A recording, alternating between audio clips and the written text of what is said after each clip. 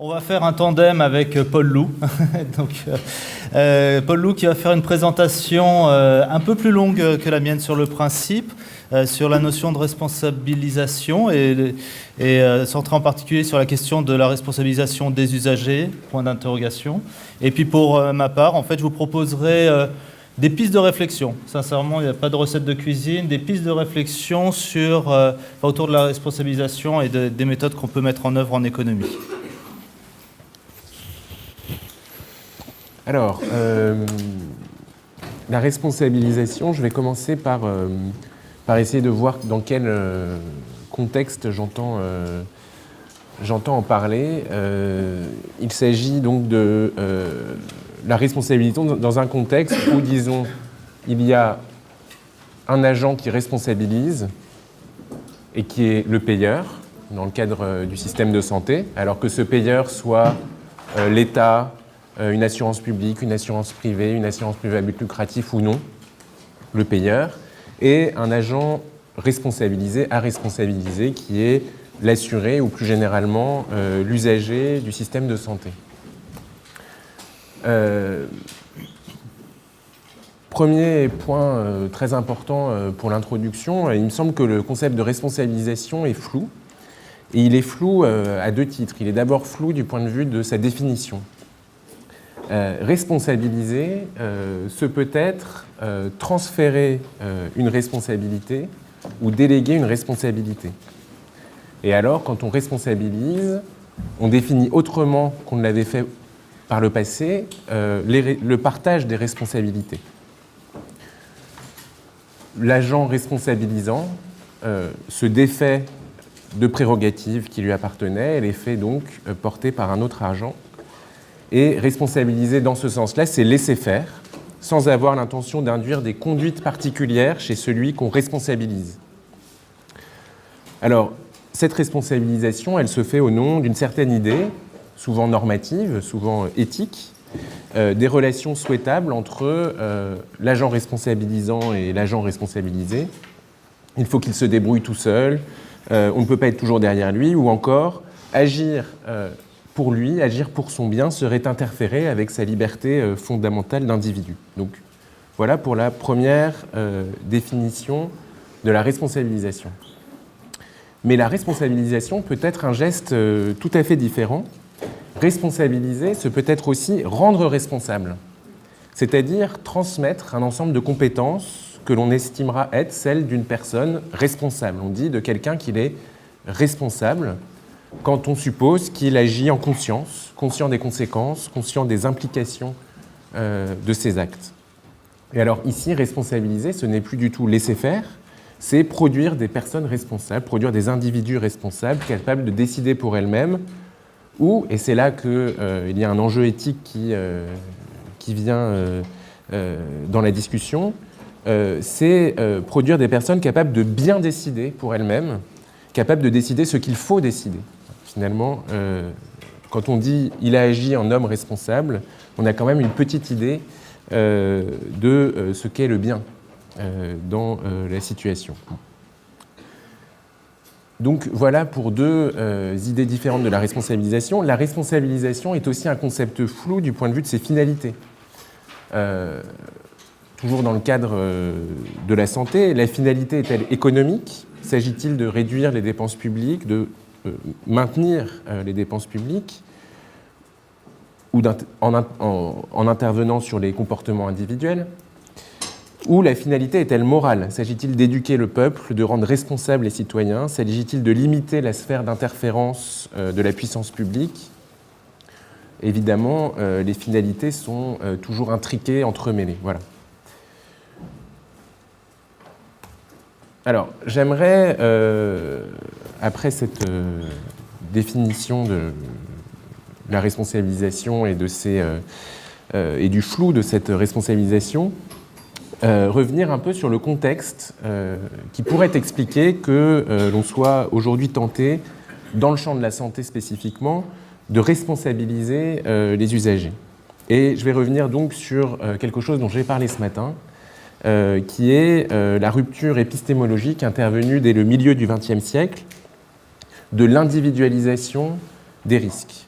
de la naissance en fait du concept de facteur de risque et ce qu'on peut appeler donc l'individualisation des risques, le fait que l'on puisse connaître donc les prédispositions individuelles chez des individus sains de développer des maladies en fonction de données comportementales, environnementales, biologiques, etc. Aujourd'hui, l'augmentation spectaculaire des capacités de production et de croisement des données renforce ce processus d'individualisation des risques en rendant possible le croisement d'une masse gigantesque de données hétérogènes et en affinant donc la précision de ce profilage individuel. Épistémologiquement, on peut dire que c'est la disparition de l'accident.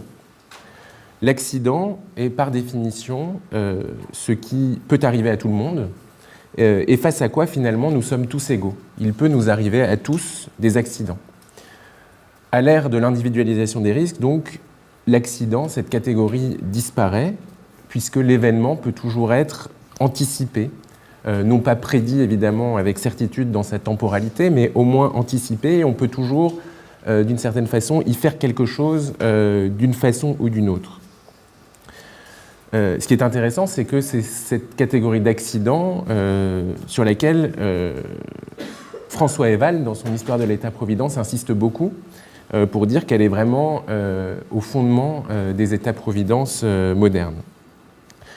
La disparition de cette notion d'accident a au fond deux effets contraires sur les responsabilités, donc sur notre sujet.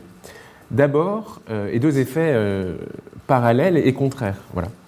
D'abord, la mise en évidence d'une plus grande responsabilité sociale, voire politique, sur les destins biologiques des individus, puisque c'est finalement aussi par cette rupture épistémologique qu'on a pu mettre en évidence les inégalités sociales de santé, c'est-à-dire le fait que les individus étaient déterminés dans leur trajectoire de vie par leurs conditions de naissance et de vie.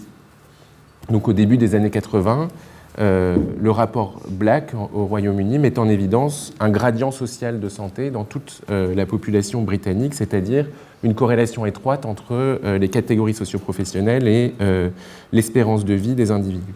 Et parallèlement, il y a aussi la mise en évidence de responsabilités individuelles plus fortes. Et là, on en revient à ce dont je parlais ce matin, la déchirure du voile d'ignorance décrite par Pierre Rosanvallon donc en 1995, donc dans la nouvelle question sociale, nourrit précisément cette responsabilisation potentielle des individus. L'idée est que lorsque les individus ignorent leurs prédispositions, ils ont naturellement intérêt à adhérer à un système de mutualisation des risques, autrement à l'idée que, quels que soient les aléas de l'existence, quels que soient leurs revenus, quelles que soient leurs conditions de vie, chaque citoyen doit pouvoir disposer d'un égal accès aux soins. Mais qu'en est-il lorsque les citoyens peuvent connaître, même de façon incertaine, leurs prédispositions ? Alors, Rosanvallon disait ceci : « Si les hommes sont naturellement solidaires face à un destin qu'ils ignorent, ceux qui savent qu'ils seront épargnés par telle ou telle grave maladie très coûteuse, accepteront-ils de continuer à payer les mêmes cotisations d'assurance maladie que ceux qui sont génétiquement condamnés à développer cette affection ?» Donc on voit ici que Rosanvallon insiste sur les facteurs génétiques, mais on peut tenir le même raisonnement sur les facteurs comportementaux. Ceux qui adoptent des conduites saines ou prudentes accepteront-ils de payer autant ceux qui négligent leur santé ou exposent consciemment leur vie à des risques mortels ? Alors, cette rupture épistémologique, donc l'individualisation des risques dont j'ai parlé, ainsi que l'augmentation structurelle des dépenses de santé, dont Bruno Palier parlait tout à l'heure, finalement, rendent la voie de la responsabilisation des individus particulièrement attractive pour les payeurs du système de santé. Elle apparaît donc comme un recours décisif. On parlait tout à l'heure de réservoir. Finalement, ces comportements constituent une sorte de réservoir, de levier à actionner dans une perspective d'efficience. Alors je reviens aux deux formes de responsabilisation dont j'ai parlé tout à l'heure en introduction. Transfert de responsabilité ou production de sujets responsables. La première forme de responsabilité, c'est le transfert de responsabilité, donc, est essentiellement libéral, au sens du libéralisme politique, c'est-à-dire il s'agit de définir autrement la frontière entre ce qui relève de la collectivité et ce qui relève des individus. Il s'agit, comme le disait ce matin aussi Bruno Palier, finalement de dérembourser. On va dérembourser, c'est-à-dire on va augmenter la part de financement par les complémentaires santé, par exemple, dans le système de santé français, et ainsi potentiellement créer des inégalités. Pourquoi c'est libéral, cette forme de responsabilisation ? Précisément parce que le libéralisme politique, c'est cette philosophie politique qui considère que l'État doit intervenir pour garantir les conditions dont tout individu a besoin pour vivre la vie qu'il souhaite mener, mais en aucun cas pour diriger leur vie, pour leur dire ce qu'ils doivent faire. Autrement dit, le libéralisme politique considère qu'au nom d'une certaine idée de l'homme, de la dignité de l'homme, l'État ne doit pas empiéter sur les libertés des citoyens. Et donc, la conséquence immédiate, au fond, de ce postulat libéral, c'est que chaque citoyen doit disposer d'une sphère de responsabilité individuelle. Il doit pouvoir prendre des risques pour lui-même et éventuellement pour sa famille, d'ailleurs, sans quoi on lui retire ce qui le constitue comme être humain unique. Alors, ce discours-là, on le trouve dès John Locke, au début du XVIIe siècle, jusqu'à John Rawls, et en passant aussi par Kant, Constant, Tocqueville et Mill, pour citer des grands noms de la philosophie libérale. Tout ça pour dire qu'il y a au sein même du libéralisme politique les conditions théoriques, disons, de cette insistance sur la responsabilisation, et à l'heure donc de l'individualisation des risques, à l'heure où chaque individu est susceptible de connaître ces déterminants individuels, il conviendrait donc de limiter l'intervention de l'État.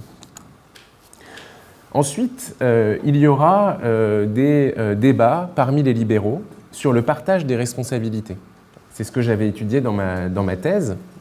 À la suite de John Rawls, il y a eu des philosophes politiques libéraux qui se sont inscrits dans la lignée de John Rawls, qui ont débattu sur, finalement, le critère de démarcation entre responsabilité collective et responsabilité individuelle. Alors, il y en a un qui s'appelle Thomas Pogge, et Thomas Pogge dit, au fond, tout ce qui relève, toutes les situations, toutes les maladies qui relèvent d'une causalité naturelle, la société ne doit pas s'en occuper. Ce n'est pas sa responsabilité, ça doit revenir aux individus.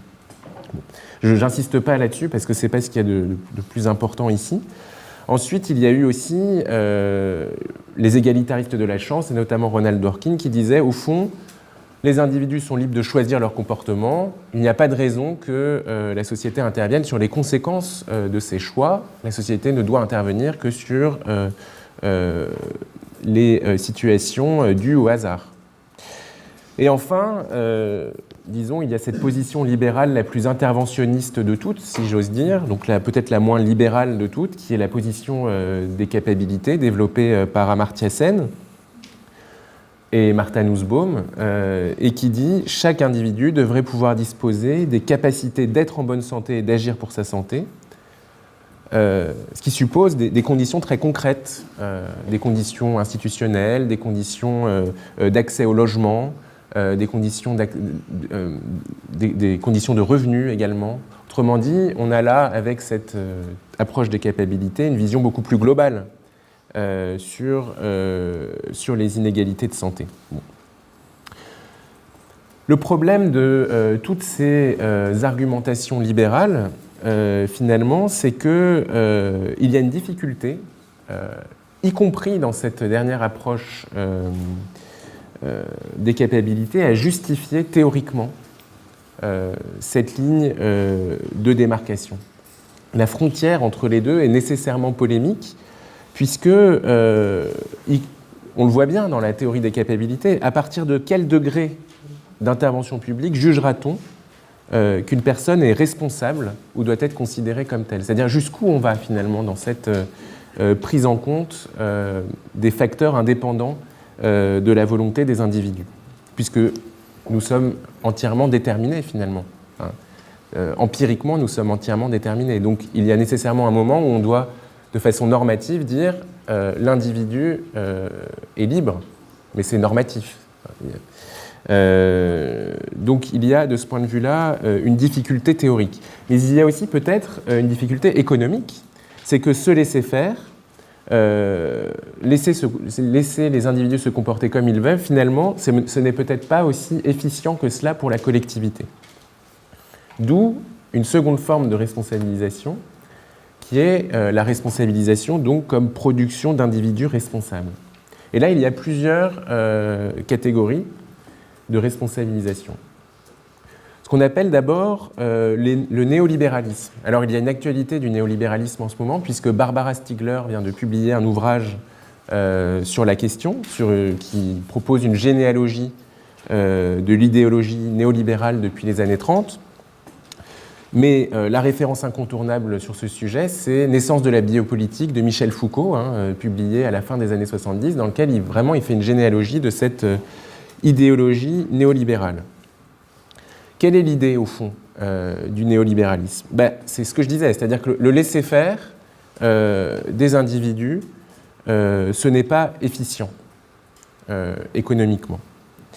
Parce que quand on laisse les individus faire, ils ne font pas ce qui est le mieux pour eux, et ils ne font pas ce qui est le mieux pour la collectivité. Donc, comme on est encore libéral, puisqu'on est néolibéral, on va laisser les individus choisir, mais on va intervenir sur l'architecture des choix. Autrement dit, sur le coût des options qui se présentent à eux, en rendant plus coûteuses certaines options que d'autres, en facilitant certaines options plutôt que d'autres. On va construire, autrement dit, une architecture des choix pour que chaque individu choisisse ce qui est le mieux pour lui et ou ce qui est le mieux pour la collectivité. Alors, une autre façon de désigner cela, c'est de parler de paternalisme libertarien. C'est l'expression qu'ont inventée Sunstein et Thaler en 2002. C'est l'idée qu'on va diriger un peu les comportements, mais en même temps, on va laisser le choix aux individus. Alors, il y a plusieurs types de dispositifs pour cela. Il y a bien sûr les incitations émotionnelles, les photos sur les paquets de cigarettes qui instillent la peur. Il y a les vidéos des campagnes de sécurité routière qu'on connaît tous. Donc, l'image comme ressort peut-être principal de ces incitations émotionnelles. Les incitations financières. Donc, on peut imaginer qu'une assurance privée diminue ou ajuste la prime en fonction de l'inscription à des centres de sport ou voilà, des choses comme ça. Et il y a ce que ces mêmes auteurs Sunstein et Thaler ont appelé les nudges. Vous avez peut-être tous entendu parler des nudges. Ce sont des interventions très légères sur l'architecture des choix. Donc, par exemple, dans un paquet de chips, mettre un chips rouge pour indiquer une sorte de seuil à partir duquel il deviendrait vraiment déraisonnable de prendre une chips de plus. C'est un exemple un peu stupide, mais il peut y avoir beaucoup d'exemples, même au-delà du champ de la santé, des voyants lumineux, par exemple, qui peuvent indiquer que la consommation devient excessive, y compris en termes d'électricité, par exemple. Un autre exemple que j'ai vu, qui est plutôt amusant, c'est les urinoirs à mouches, c'est-à-dire qu'on met une mouche dans des urinoirs. C'était fait dans un aéroport aux États-Unis pour que les gens visent bien la mouche pour éviter les frais de nettoyage issus des éclaboussures. Voilà, ça c'est des exemples de nudge très sérieux qui sont pris. Voilà. Et puis, autre dispositif, ce qu'on appelle le quantified self, c'est-à-dire l'idée de fournir aux individus un contrôle continu sur leurs données de santé. Donc, de ce point de vue-là, il peut y avoir tout un discours de responsabilisation qui provient, par exemple, des assurances complémentaires. La MGEN, par exemple, développe tout un discours sur cette nécessité pour les individus d'accéder à leurs données de santé et de pouvoir contrôler en direct leurs données de santé. Mais il peut y avoir ce discours aussi chez ceux qui vendent les tests génétiques, par exemple. Donc, ce discours de la responsabilisation. Responsabilisation néolibérale. Ensuite, il peut y avoir une responsabilisation civique. Alors là, il s'agit de responsabiliser, de dire aux gens d'être responsables, mais pas forcément pour eux-mêmes, enfin pas pour eux-mêmes, mais pour le bien de la cité. Il s'agit de mobiliser ce ressort de la responsabilité, mais en faveur du bien commun. Alors, dans le domaine écologique, c'est connu, on parle de l'éco-responsabilité. Tout à l'heure, je n'avais pas associé cette idée, mais Sébastien parlait de la responsabilisation des commerçants de proximité. Donc on pourrait aussi ajouter cela. Grégoire Chamaillou, qui est un philosophe qui publie aujourd'hui, parle de cette catégorie d'homo ethicus. Donc on essaye de produire des individus éthiques qui agissent pour le bien de la cité, etc. Alors dans le domaine de la santé, puisque c'est celui qui nous intéresse, Jean-Pierre Dozon, anthropologue, parlait de l'avènement d'un nouveau modèle de prévention qu'il appelle le modèle contractuel et qui vient remplacer, selon lui, le modèle pastorien. Le modèle pastorien, c'est l'idée qu'on va, par exemple, faire des campagnes de vaccination massives et en appeler donc à la responsabilité, mais cette fois-ci en contraignant les individus. Ici, il ne s'agit pas de contraindre les individus, il s'agit de les inciter en leur faisant comprendre que finalement, ils ont entre leurs mains non seulement leur destin, mais aussi le bien de la collectivité. Donc, je ne lis pas entièrement cette citation de Jean-Pierre Dozon, mais l'article est assez génial. Il s'appelle « 4 modèles de prévention ». Donc, voilà, bon, je vous laisse lire la citation tranquillement. Alors, dernier type de responsabilisation, on pourrait parler d'une responsabilisation autoritaire. Voilà. Alors celle-là, sans doute, n'existe-t-elle pas dans le champ de la santé, mais là, ici, c'est de dire on ne donne plus le choix aux individus. On prolonge, au fond, ce qui se fait dans le cas de la vaccination, mais sur les comportements. Sur les comportements individuels. Donc on n'a plus le choix de manger ce qu'on veut manger, on n'a plus le choix on est obligé de faire du sport, etc. Bon. J'ai juste mis, mais c'est plutôt pour en guise d'humour, de cette citation de mon collègue Léo Koutelek qui avait fait on avait organisé un séminaire, on avait fait des fictions sur le futur de la santé, et puis il avait imaginé une société dans laquelle les individus étaient constamment connectés à l'assurance maladie, autrement dit, leurs données étaient en permanence données à l'assurance maladie et qu'ils recevaient en permanence aussi des recommandations, des impératifs de l'assurance maladie. Et donc là, dans cette histoire, il y a un homme qui se retrouve dans un restaurant et puis, depuis très longtemps, il ne lui est pas arrivé de manger beaucoup. Et il éprouve une sorte de soulagement incroyablement jouissif à manger énormément et autour de lui, sa femme est terrorisée par cette situation et au même moment, il reçoit une alerte sur son smartphone qui lui annonce la non prise en charge de son séjour pour cause de déviance au programme. Voilà. Donc,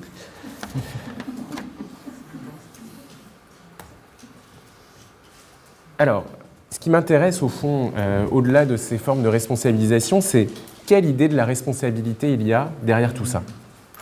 C'est ça qui est intéressant. Il me semble qu'on trouve chez Hans Jonas, dans son principe responsabilité, matière à préciser un peu conceptuellement les choses. Et en particulier à identifier cette responsabilité, ce concept de responsabilité sous-jacent à cette idée de la responsabilisation.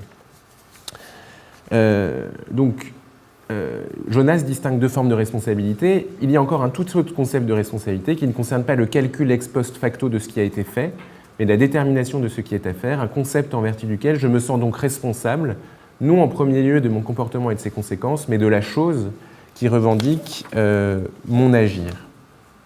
Alors, il me semble qu'on peut, de ce point de vue-là, distinguer entre responsabilisation et empowerment et y voir deux formes de responsabilité différentes. Je précise un peu les choses. Dans le cas de la responsabilisation, on a une responsabilité qui est finalement très individuelle. Il s'agit de responsabiliser les individus. On a aussi une responsabilité qui est donnée. C'est un processus, la responsabilisation, comme je l'ai dit, donc c'est un agent qui en responsabilise un autre, autrement dit, qui lui confie une responsabilité. Ce qui suppose qu'avant qu'on lui confie cette responsabilité, c'est un être à responsabiliser, c'est un être finalement assez irresponsable. Donc il y a une sorte d'insulte cachée dans la responsabilisation, mais qu'on ne voit pas forcément. Et puis, il y a aussi dans cette responsabilité l'idée que la responsabilité, c'est avant tout le contrôle sur les conséquences. Donc on a une conception assez conséquentialiste de la responsabilité. Nous sommes responsables des conséquences de nos actes. Ou pour le dire autrement, nous sommes responsables de nos actes à mesure de leurs conséquences. Dans le cas de l'empowerment, ou plutôt de la définition que je vais en donner et qui est également celle qu'en donne Marie-Hélène Baquet, que vous avez peut-être lu l'ouvrage sur l'empowerment justement. L'empowerment renvoie à une responsabilité cette fois collective. Cette responsabilité, elle n'est plus donnée, mais elle est conquise par des groupes de personnes qui partagent des expériences, des intérêts communs, et conquiert donc une responsabilité commune, s'autorise à être responsable. Et enfin, la responsabilité est entendue cette fois non plus comme contrôle sur les conséquences, mais comme soin d'une vulnérabilité, puisque l'autre appartient au même réseau d'interdépendance que moi.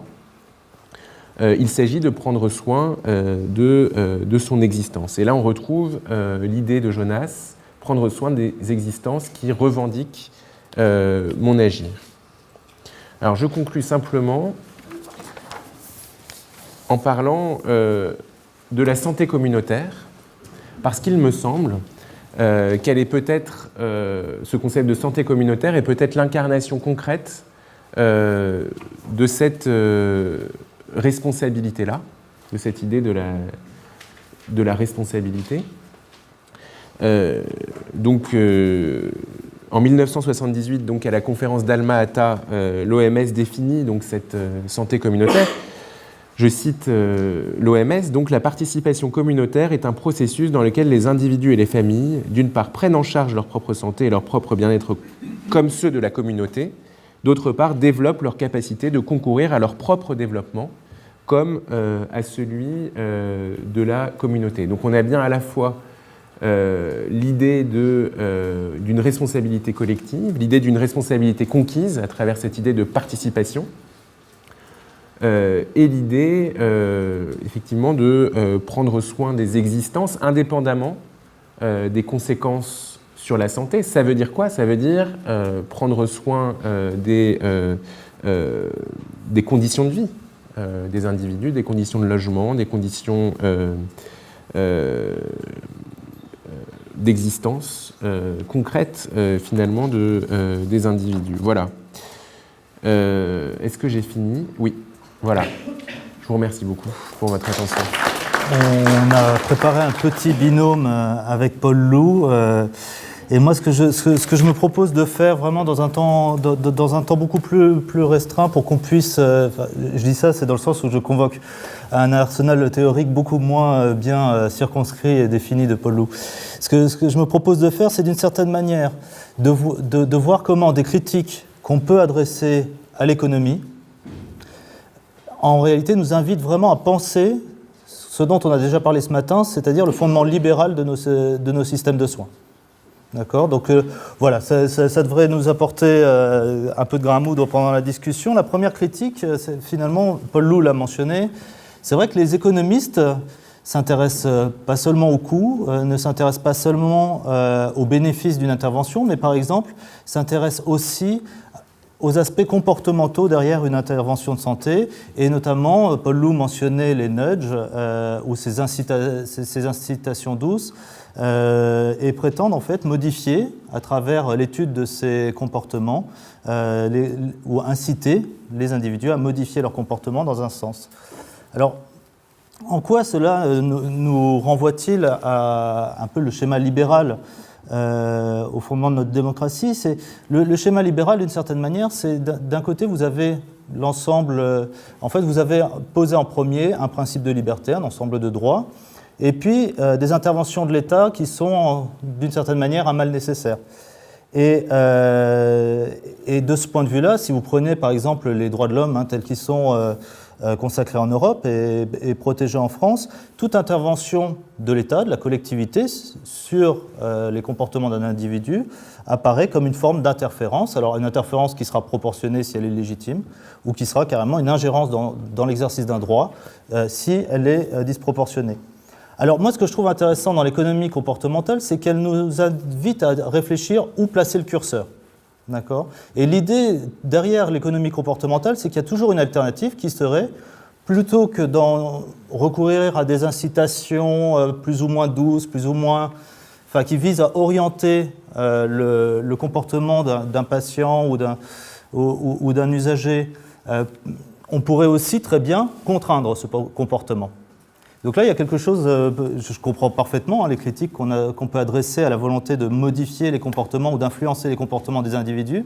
Mais ce que je trouve intéressant dans la littérature en économie comportementale, c'est de souligner le fait que déjà, on est peut-être dans quelque chose d'un peu plus libéral, au sens de protecteur d'une liberté, qu'une autre alternative qui aurait été de contraindre, d'avoir une action contraignante sur les comportements. Et ça, au moins, ça nous invite à réfléchir à une notion, tu mentionnais Sosthène et tout à l'heure, c'est quelles que soient, en gros, les institutions, le système de santé qu'on va définir, on va essayer de définir celui qui sera le plus efficace ou le plus satisfaisant possible. Il n'y a pas de design neutre. Il y a pas nos institutions vont traduire un certain rapport à la liberté, notamment à la liberté individuelle, et donc à la responsabilité. Alors, une autre critique qu'on fait souvent aux économistes, c'est d'une certaine manière, vos instruments sont peut-être un peu limités, puisque vous visez essentiellement à corriger, à améliorer un système en jouant sur des mécanismes qui sont des mécanismes d'offre et de demande. Donc, par exemple, pour améliorer l'efficience d'un système ou l'équité de traitement, on va jouer par exemple sur des incitations financières.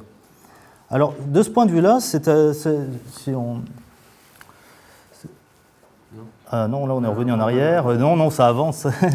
De ce point de vue-là, ce qui est intéressant, si on revient encore une fois, ce que je pense, c'est que cette approche de l'économie, elle est ancrée dans une philosophie politique qui est libérale dans son inspiration. Et ce qui est intéressant de voir, c'est que dans ce schème libéral, les individus, ils sont nombreux. Ça peut être des personnes privées, individuelles, le patient, le professionnel de soins, mais ça peut être aussi des personnes morales. Et donc, quelque chose qui est tout à fait intéressant en termes de réflexion, si on pense en termes de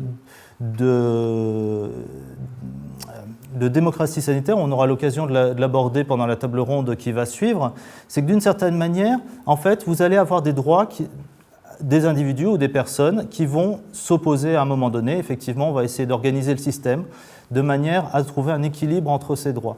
Et donc, un exemple très concret, vous prenez une phase très particulière et critique dans le développement et dans l'accès à un nouveau médicament, c'est son autorisation de mise sur le marché.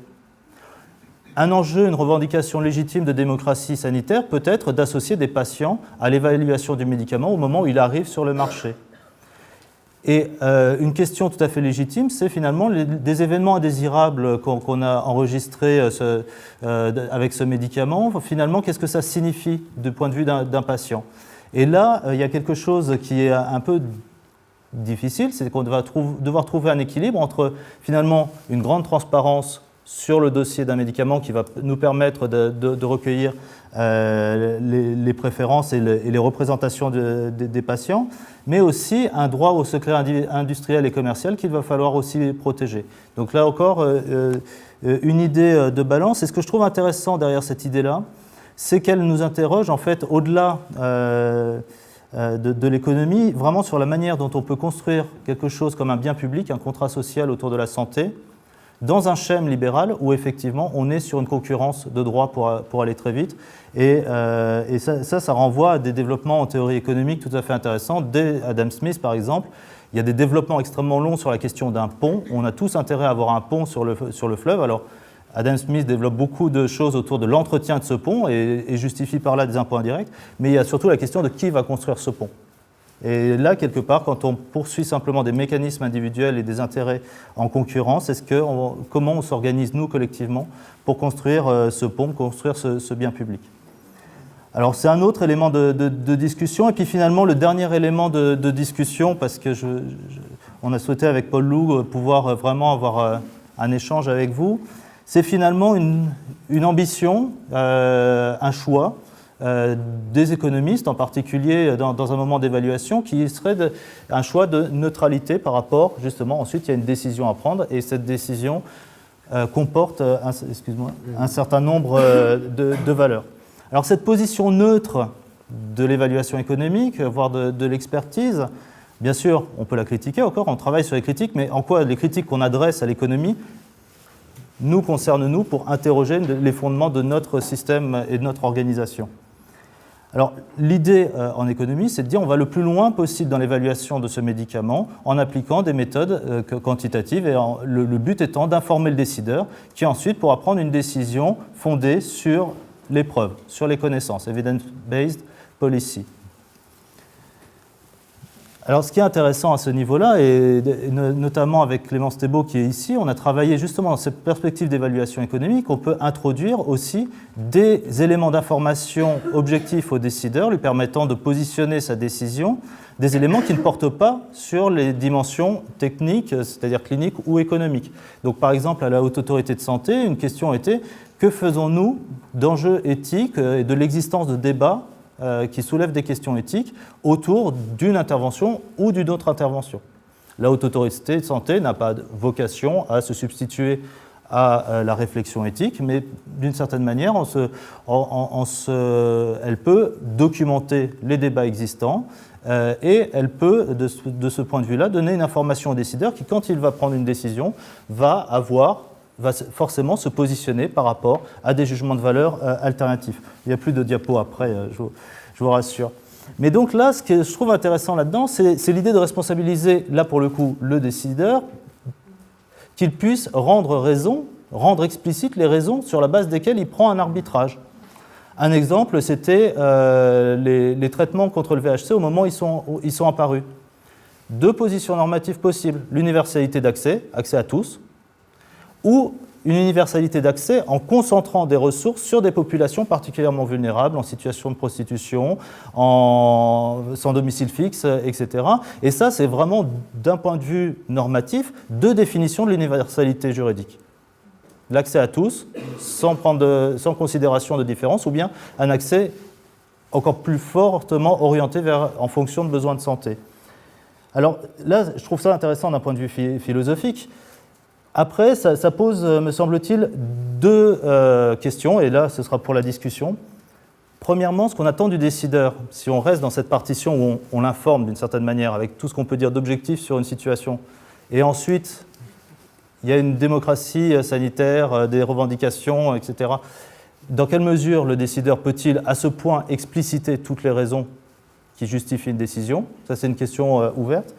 Mais surtout, il me semble que la démocratie participative, la démocratie en santé, nous interroge aussi derrière l'idée qu'on informe un décideur. C'est-à-dire que là, pour le coup, ça interroge véritablement comment nous, collectivement, on peut se saisir des décisions et des débats en santé et en être donc collectivement responsable. Alors je vous ai dit, je n'ai pas de recette de cuisine, mais je trouvais intéressant d'illustrer finalement trois critiques qu'on peut faire à l'économie, qui sont légitimes, qui poussent les économistes à réfléchir à leurs méthodes, mais qui en même temps nous interrogent vraiment sur ce que Bruno Palier mentionnait ce matin comme le libéralisme très fort au fondement de notre système de santé. Voilà, je vous remercie.